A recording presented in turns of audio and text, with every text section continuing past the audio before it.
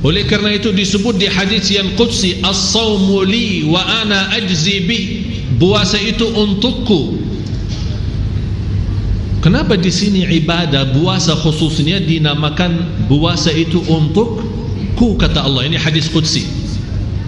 Kenapa hanya ibadah puasa yang disebut untukku, padahal semua ibadah sebenarnya qul inna salati wa nusuki wa mahyaya wa mamati lillahi rabbil alamin.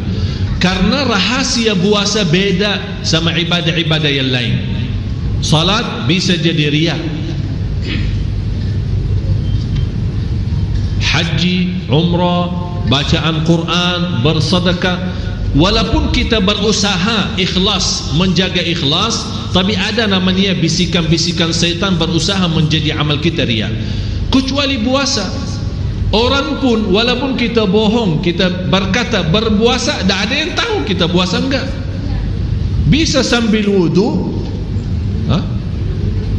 terus minum, dan di sebelah kita dia fikir kita, tapi separuhnya buang, separuhnya minum. Bisa jadi.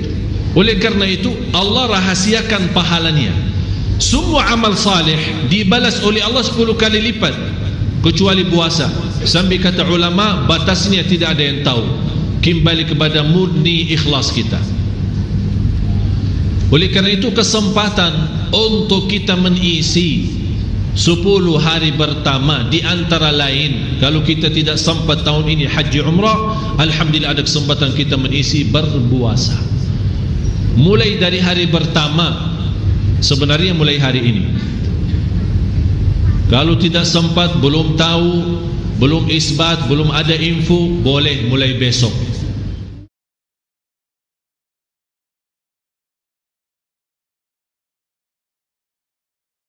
Dan bulan Dzulhijjah ini menjadi bulan yang terakhir di tahun Hijriyah. Kalau bulan Masihiyah tahun akhir bulan 12 Desember. Kalau bulan tahun Hijriyah adalah Dzulhijjah. Berarti kalau sudah masuknya Muharram, itu namanya tahun baru Hijriyah. Di 10 hari pertama sangat utama untuk beramal saleh. Sampai Allah sendiri bersumpah dalam 10 hari pertama Dzulhijjah itu, sebagaimana firman Allah, wal fajri wa layalin ashr.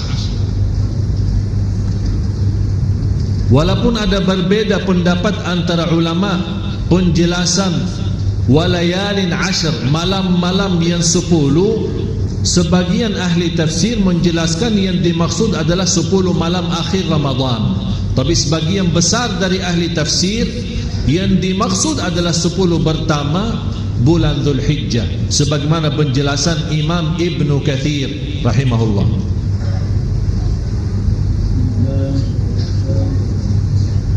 Dan jamaah sekalian, Bapak Ibu, kalau Allah bersumpah terhadap sesuatu, berarti sesuatu itu sangat agung. Wasyamsi wa duhaha wal fajri wa layalin ashr wasyaf'i wal watr, itu namanya sumpah. Allah bersumpah, wal laili idza yaghsha wad duha wat tini waz zaitun. Ini semua namanya Allah bersumpah. Jadi kalau Allah bersumpah terhadap sesuatu, berarti sesuatu itu sangat agung. Di antaranya walayalin ashr, sebagaimana di surat Al-Fajr. Tapi tidak boleh bagi manusia bersumpah dengan selain nama Allah. Jadi tidak boleh bersumpah demi nama Nabi Muhammad, demi Ka'bah. Ka'bah itu menjadi apa, kalau boleh diistilahkan sebagai makhluk, batu. Tapi kita boleh bilang warabbil Ka'bah, bersumpah siapa Tuhan Ka'bah itu, dan siapa yang memiliki Ka'bah itu adalah Allah Subhanahu wa ta'ala. Tapi kalau Allah boleh dan berhak untuk bersumpah dengan apa saja di antara makhluknya. Dan hadis ini menjelaskan yang diriwayatkan Imam Bukhari, hadis Abdullah bin Abbas. Anda bisa lihat langsung. Ini hadis sahih yang diriwayatkan Imam Bukhari, hadis Abdullah bin Abbas radhiyallahu anhuma. Di sini hadis yang menjelaskan saking mulia 10 hari pertama. Allah Subhanahu wa taala paling cinta amal-amal salih di dalam hari-hari 10 tersebut. Contoh, kalau anda suka salat sunnah, duha dan yang lain-lain, Allah lebih cinta salat duha di 10 hari pertama Dzulhijjah. Jauh lebih besar pahalanya. Yang saya ambil hikmahnya, wallahu a'lam, khusus bagi jamaah yang tidak berhaji, Allah memberikan kesempatan supaya bisa mendapatkan nilai ibadah haji walaupun tidak mampu berhaji. Oleh karena itu Allah jadikan 10 hari pertama sangat agung dan mulia, bukan hanya untuk jamaah haji, tapi juga boleh selain jamaah haji. Rasulullah sallallahu alaihi wasallam bersabda, "Ma min ayyamin al-'amalu as-salihu fiha ahabbu ila Allah min hadhihi al-'ashr." Sampai dijelaskan tidak ada hari-hari yang di dalamnya amal salih yang paling dicintai Allah hanya di 10 hari pertama. Saking mulia jamaah sekalian, Bapak Ibu, saking mulia 10 hari pertama, muncul berbeda pendapat antara ulama mana yang lebih afdal. Apakah 10 malam terakhir Ramadan atau 10 pertama Dzulhijjah? Ini merubah tanda apa? Saking ada perbedaan pendapat, berarti betul-betul 10 hari pertama itu jelas mulia. Sampai tidak ada sepakat, tidak ada sepakat antara ulama 10 Ramadan terakhir adalah lebih baik daripada 10 pertama Dzulhijjah. Belum disepakati, masih berbeda pendapat. Saking ini bunya kemuliaan dan juga ini bunya kemuliaan. Dan salah satu hadis ini yang diriwayatkan Imam Bukhari, tidak ada amal salih di selain 10 hari pertama yang paling dicintai Allah sebagaimana di 10 hari Dzulhijjah itu. Sampai ada sahabat kaget mendengar berita gembira, sampai ada yang bertanya, "Ya Rasulullah, terus bagaimana jihad fi sabilillah?" Yang sinilai amal jihad tidak sampai. Masih amal salih lebih jauh baik daripada jihad fi sabilillah. Kecuali jihad itu orang keluar dari rumahnya dengan jiwa dan harta dan tidak balik lagi. Berarti dia sudah menghabiskan hartanya di jalan Allah, kemudian dia mati syahid. Baru bisa menjadi nilai ibadah di dalam 10 hari pertama. Apa kewajiban dan yang kita memerlukan untuk melaksanakan amal salih? Banyak amal-amal salih yang kita bisa lakukan selama 10 hari pertama, mulai dari hari ini.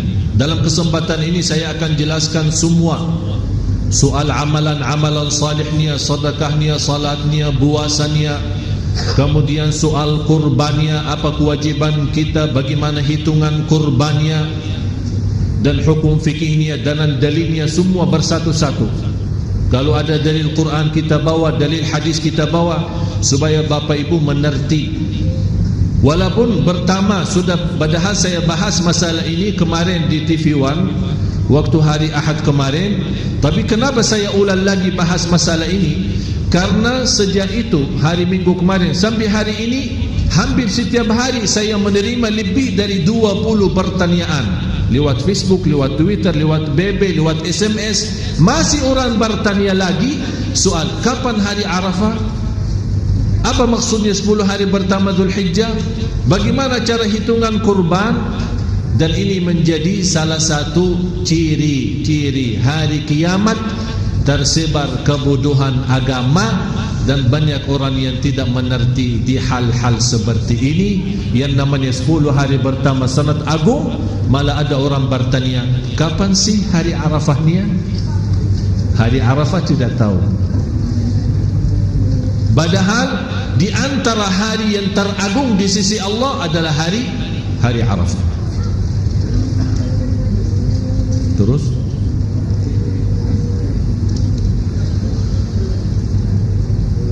Di antara amal-amal yang salih yang perlu kita jaga dan kita amalkan khusus untuk jemaah haji, memang yang terbaik di 10 hari pertama untuk bulan Dzulhijjah untuk laksanakan umrah dan haji.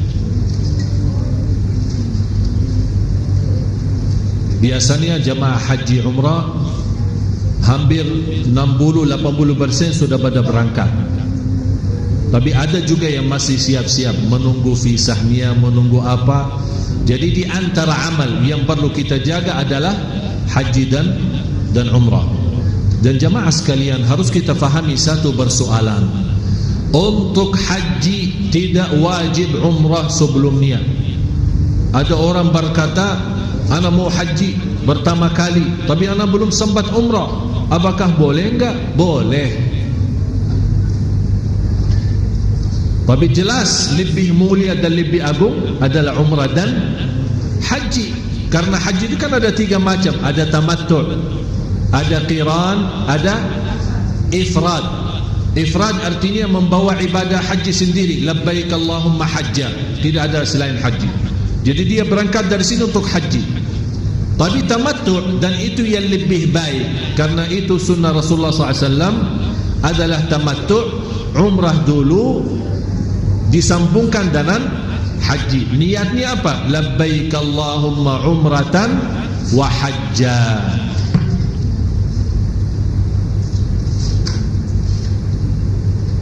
Dan di sini dijelaskan di hadis yang sahih, Rasul sallallahu alaihi wasallam, hadis Abi Hurairah radhiyallahu an, bagaimana menjelaskan al-umratu ila al-umrah kaffaratun lima bainahuma wal hajjul mabrur laisa lahu jazaa'un illa al-jannah. Hadis sahih riwayat Imam Bukhari dan Muslim. Kira-kira jelas tayangannya, bisa dibaca. Antara umrah dan umrah kesempatan untuk menghapus dosa. Antara umrah dan umrah kesempatan untuk menghapus dosa. Dan ini juga salah satu dalil dasar membolehkan kita ambil umrah sesudah umrah. Ini selalu diributkan. Setiap tahun jamaah berangkat umrah diributkan. Katanya ustaz kita tidak membolehkan, ada ustaz lain membolehkan. Yang benar mana sih? Bingung. Jadi dia habis selesai umrah, dia ingin mau umrah lagi, mau balik ke At-Tan'im atau ke Ju'rana atau ke mana, keluar batas Masjidul Haram, kemudian ambil umrah lagi, nawaitu umrah, ihram lagi, kemudian masuk lagi. Padahal baru pagi hari dia umrah atau siang hari umrah, dia ingin malam hari juga umrah lagi. Ini membuktikan tanpa ada batas. Tanpa ada batas. Umrah antara umrah sama umrah. Apakah antara umrah sama umrah 1 tahun? Berarti selama 1 tahun terhapus dosa kita. Antara umrah sama umrah yang akan datang 1 hari, berarti selama 1 hari terjamin ampunan dosa kita. Karena tidak ada satu ayat atau hadis membatasi antara umrah sama umrah harus 1 bulan atau harus 1 minggu atau harus 1 tahun. Tidak ada. Apalagi bagi jamaah yang jauh semacam jamaah Indonesia. Sayang, dia tidak tahu kapan sempat lagi. Jadi dia datang hanya 4 hari atau 8 hari di Makkah. Silahkan, mau setiap hari 10 kali umrah, mampu silahkan. Kesempatan. Kita belum tahu, bisa pulang ke negerinya tidak sempat lagi umrah atau lihat tanah suci lagi. Oleh kerana itu manfaatkan, daripada belanja berkeliling tawaf Safa Marwah di pasar, di mall. Safa Marwah antara mall sama mall. Dia salah hitungkan berapa tawafnya, salah hitungkan berapa Safa Marwah, tapi tidak pernah salah hitungkan berapa mall yang dia lewatin dan dia belanja. Jadi kesempatan daripada belanja, belanja takwa, belanja hidayah, belanja ampunan, belanja ridha Allah, berumrah berkali-kali. Karena ini kesempatan. Wal hajjul mabrur laisa lahu jazaa'un illa al-jannah. Haji yang mabrur, saking mulia haji mabrur, tidak ada balasan selain surga. Yang paling nikmat haji mabrur jalan kaki. Itu paling nikmat. Jadi semua barna kita dengan keluarga, adik saya Muhammad dengan istrinya, saya sama ibu saya, ada adik sama ayah saya, selama kita berhaji antara Safa, Marwah, kemudian Arafah, Mina, Muzdalifah, tidak pakai mobil sama sekali. Jalan kaki, pagi, siang, malam, sore, pokoknya jalan kaki. Begitu kita capek, kita bawa kemah. Tahu kemah, model kemah kecil, tinggal pasang, udah istirahat, makan terus lagi. Tapi nikmat. Tapi sekarang orang-orang mau umrah tapi dengan VIP, biar tidak capek. Yang penting asinnya, makanan, apalagi di Arafah paling diributkan. Nanti kita akan masuk bahasan Arafah. Jadi amalan yang utama untuk dilaksanakan di 10 hari pertama adalah umrah dan haji. Kalau orang sempat, dan kita doakan jamaah Indonesia, terutama jamaah Masjid Sunda Kelapa yang berangkat haji, semoga insyaAllah perjalanannya lancar, sihat walafiat, dan kembali ke tanah air lagi membawa haji mabrur. Cuba bayangkan kalau 200,000 jamaah haji semua bawa haji mabrur, insyaAllah Indonesia lebih baik. Tapi dah tahulah gimana caranya. Terus di antara amal-amal lain selain haji umrah adalah puasa. Berpuasa menjadi salah satu amalan yang indah. Oleh kerana itu disebut di hadis yang qudsi, as-sawmu li wa ana ajzi bi. Puasa itu untukku. Kenapa di sini ibadah puasa khususnya dinamakan puasa itu untukku, kata Allah. Ini hadis qudsi. Kenapa hanya ibadah puasa yang disebut untukku, padahal semua ibadah sebenarnya qul inna salati wa nusuki wa mahyaya wa mamati lillahi rabbil alamin. Karena rahasia puasa beda sama ibadah-ibadah yang lain. Salat bisa jadi riya, haji, umrah, bacaan Quran, bersedekah, walaupun kita berusaha ikhlas, menjaga ikhlas, tapi ada namanya bisikan-bisikan syaitan berusaha menjadi amal kita riya. Kecuali puasa, orang pun walaupun kita bohong, kita berkata berpuasa, tak ada yang tahu kita puasa enggak. Bisa sambil wudu, terus minum, dan di sebelah kita dia fikir kita, tapi separuhnya buang, separuhnya minum. Bisa jadi. Oleh karena itu Allah rahasiakan pahalanya. Semua amal salih dibalas oleh Allah 10 kali lipat, kecuali puasa. Sampai kata ulama, batasnya tidak ada yang tahu. Kembali kepada murni ikhlas kita. Oleh karena itu kesempatan untuk kita mengisi 10 hari pertama, di antara lain, kalau kita tidak sempat tahun ini haji umrah, alhamdulillah ada kesempatan kita mengisi berpuasa. Mulai dari hari pertama, sebenarnya mulai hari ini. Kalau tidak sempat, belum tahu, belum isbat, belum ada info, boleh mulai besok. Nawaitunya apa? Karena puasa hari Arafah adalah puasa sunnah, berarti boleh 2 in 1. Tahu 2 in 1? Puasa hari Arafah, puasa hari 10 pertama Zulhijjah plus hari Kamis. Jadi nawaitunya 2. Itu namanya 2 in 1. Alhamdulillah, plus boleh ya. Tidak boleh digabungkan ibadah wajib dengan niat lain. Misal, contoh, saya ada salat subuh, tapi begitu saya mau salat subuh, saya ingat ada subuh kemarin, ketiduran terus lupa. Udah, ya Allah, nawaitu subuh hari ini plus yang kemarin. Itu dah bisa. Itu ibadah wajib. Kalau wajib tidak boleh digabung. Tapi contoh, saya begitu masuk masjid jam 11, habis saya wudu, dan ada kebetulan ada acara. Kalau saya mau laksanakan sunnah wudu, tahiyatul masjid, kemudian sunnah duha, habis waktu, dan acara orang pada tunggu. Apalagi orang itu ustaz atau orang yang membawa acara, udah masuk nawaitu 3 in 1, duha, tahiyatul masjid, sunnah wudu, 3 in 1. Udah bismillah, Allahu akbar, salat. Semuanya terhitung dapat 3-3-nya. Nawaitunya bagaimana? Kalau ada yang mudah jangan cari yang susah. Kalau ada yang mudah jangan cari. Nawaitunya sudah di dalam hati, duha, qabliyah, tahiyatul masjid, kemudian sunnah wudu. Dah usah nawaitu an usalli duha, sunnatul wudu, kemudian tahiyatul masjid di Masjid Agung Sunda Kelapa. Nanti salah sebut lagi, nanti ulang lagi niatnya. Udah nawaitunya masuk sunnah tahiyatul masjid, sunnah wudu, kemudian sunnah duha. Jelas?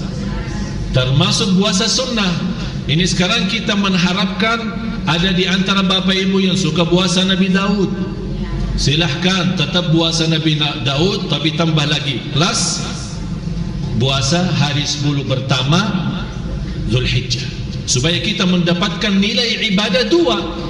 Ibadah puasa Daud, ibadah puasa hari Kamis, ibadah puasa keutamaan Zulhijjah ini. Malah cuba lihat khabar gembira bagi orang yang suka berpuasa lillahi ta'ala. Tidak ada alasan satu hari fi sabilillah. Alasannya apa?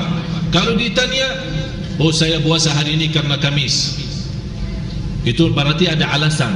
Tapi ada orang ditanya, ente kenapa puasa? Saya puasa hari ini lillahi ta'ala. Tidak ada alasan. Cuma saya mau mendekatkan diri saya kepada Allah lewat puasa sunnah. Apa pahalanya? Coba.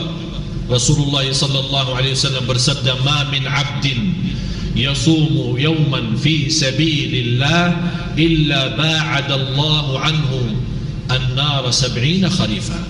Tidak ada yang puasa satu hari karena Allah, tidak ada alasan karena sunnah atau yang lain, lillahi ta'ala, murni, akan dapat dijauhkan oleh Allah dari neraka Jahannam 70 tahun. Ini baru satu hari. Hadis ini sahih, muttafaqun alaih. Dan harus fahami bapak ibu, dalam ilmu hadis ada dua kata. Ya, tolong perhatian, ada dua kata. Kalau disebut as-sahih, itu maksudnya Imam Bukhari. Itu maksudnya Imam Bukhari, as-sahih. Ada satu lagi yang disebut as-sahihain. Dua sahih, maksudnya Bukhari dan Muslim. Ada disebut muttafaqun alaih. Muttafaqun, maksudnya muttafaqun alaih apa? Di bawah Imam Bukhari dan Muslim terutama, dan lafaz di Bukhari dan Muslim sama, tidak ada beda. Tapi kalau ada beda lafaz, disebut Bukhari dan Muslim. Faham? Jadi hadis ini yang muttafaqun alaih, orang yang puasa satu hari mendapatkan balasan oleh Allah Subhanahu wa taala, dijauhkan dari neraka Jahannam 70 tahun. Oleh karena itu bapak ibu, kesempatan di 10 hari pertama jangan sia-sia berpuasa. Mau berturut-turut boleh, tidak sanggup setiap hari, mau giliran boleh, mau satu hari pun boleh. Tapi sayang sekali kalau sudah lewat kesempatan ini kita tidak memanfaatkan.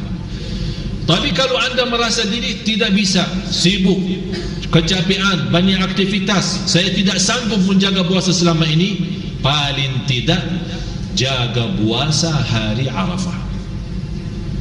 Jaga puasa hari Arafah. Puasa hari Arafah,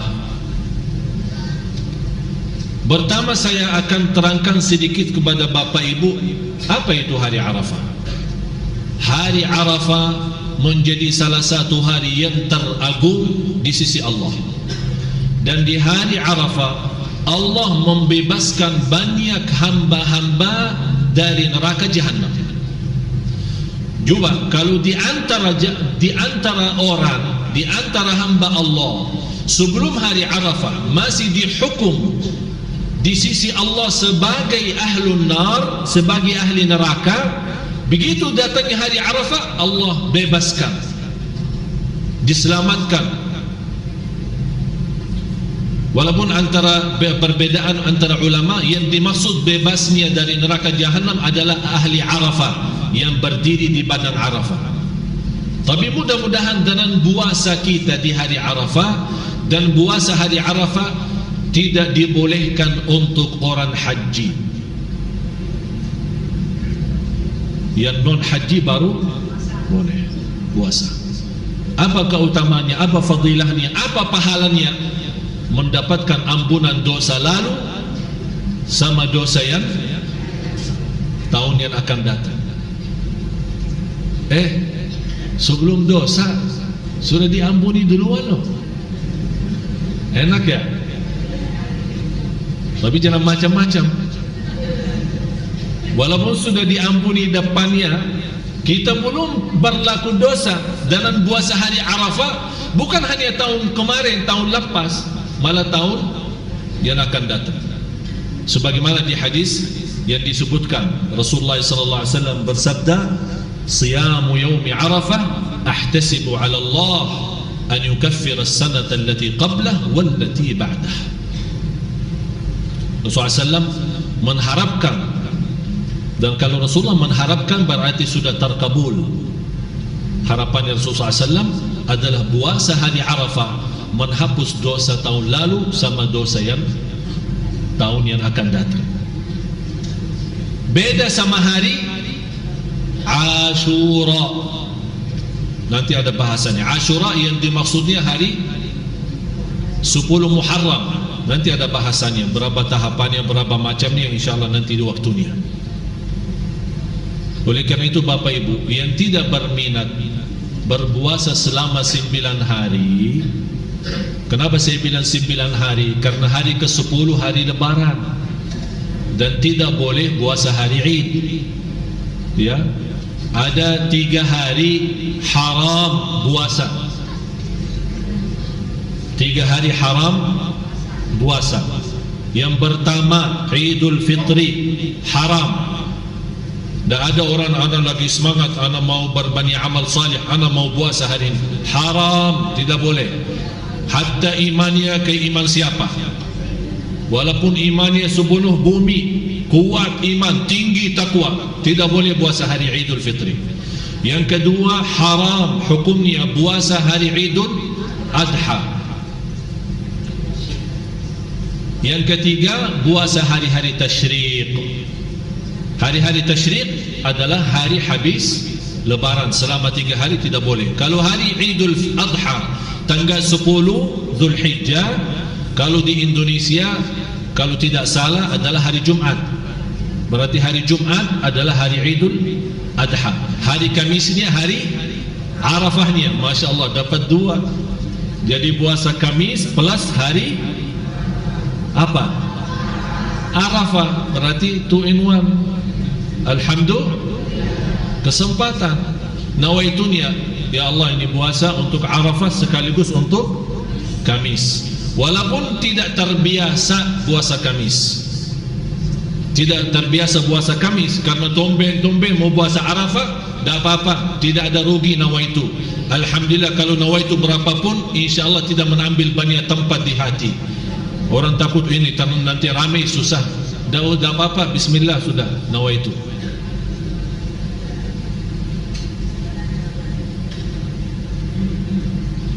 Jadi jatuhnya hari Idul Adha hari Jumat. Sabtu, Minggu, Senin puasa sunnah tidak boleh. Tetap tidak boleh, karena hari Senin itu adalah hari yang ketiga dari hari tasyriq. Dari hari tasyriq, sebagaimana Rasulullah SAW bersabda, hari tasyriq adalah hari makan dan minum dan zikrullah. Hari-hari tasyriq, makan dan minum dan zikrullah. Sudah masuk azan? Selanjutnya, Di antara amalan yang perlu kita jaga selama 10 hari adalah takbir dan zikir. Sebagaimana firman Allah Subhanahu wa taala suratul Hajj surah 22 ayat 28, wa yadhkuru ismallahi fi ayyamin ma'lumat. Yang suka catat tulisan, tolong tulis Al-Hajj surah 22 ayat 28. Takbir itu ada dua macam. Takbir itu ada dua macam. Maksudnya takbir apa? Disebut di hadis selanjutnya yang diriwayatkan Imam Ahmad, fa'akthiru fihinna minat tahlili wat takbiri wat tahmid. Di dalam 10 hari pertama berbanyalah tahlil, berbanyalah takbir, berbanyalah tahmid. Hadis sahih diriwayatkan Imam Ahmad. Apa itu takbir, tahlil, tahmid? Yang kita suka baca di hari raya Idul Fitri. Apa yang kita baca? Allahu Akbar, Allahu Akbar, Allahu Akbar, La ilaha illallah, Wallahu Akbar, Allahu Akbar, Walillahil hamd. Di dalam 10 hari pertama ada dua macam takbir itu. Yang tadi saya bacakan ada dua macam. Artinya ada dua waktu. Ada yang pertama takbir mutlak, umum, tidak ada batas. Di masjid, di jalan, di rumah, di pasar. Malah di antara sahabat sebagaimana Abdullah bin Umar, Abdullah bin Abbas, Abu Hurairah dan banyak sahabat-sahabat yang lain, yang mereka suka berzikir di 10 hari pertama Dhul Hijjah di pasar. Sekarang kira-kira bapak ibu, terutama ibu-ibu, kalau rame-rame belanja di Tanah Abang, berani rame-rame juga bertakbir di dalam sana? Yang dianggap gila lah, stres. Masa mau bertakbir di mall? Ya justru karena mall itu tempatnya syaitan, tempatnya dosa maksiat. Yang paling dibenci oleh Allah adalah pasar-pasar, tapi kita menyebarkan zikrullah di situ, itu sangat agung. Malah yang sangat luar biasa, orang yang masuk ada doa mall, tahu kan? Masih ingat doa mall? Lupa ya doa mall. Di mana ada doa mall ya?